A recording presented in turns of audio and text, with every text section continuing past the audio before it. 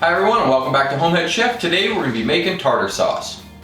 Now me personally, I am not a fan of any tartar sauce that comes in a bottle, it's pre-made. I think that stuff is gross. So I came up with this recipe and I absolutely love it. It goes great on fried fish or any seafood dishes that you like. Now let's step up to the cutting board and see what we need. Now for this recipe, we're going to need 1 cup of mayonnaise. I really like Duke's mayonnaise and I think that's what sets this recipe apart from the rest, other than the pickles that we use. We also need 2 tablespoons of finely minced bread and butter pickles.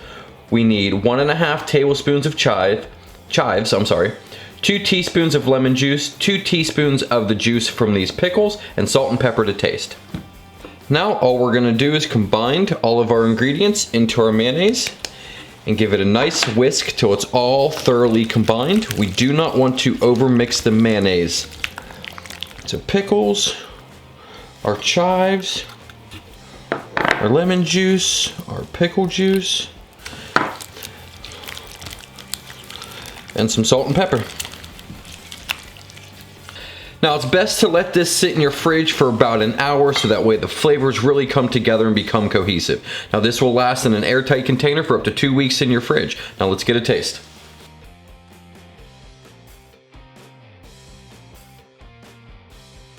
And seriously, in 2 to 3 minutes you can have yourself some homemade tartar sauce and it's really, really good. Let's get a taste. Get a nice tang from the Duke's mayonnaise with the pickles.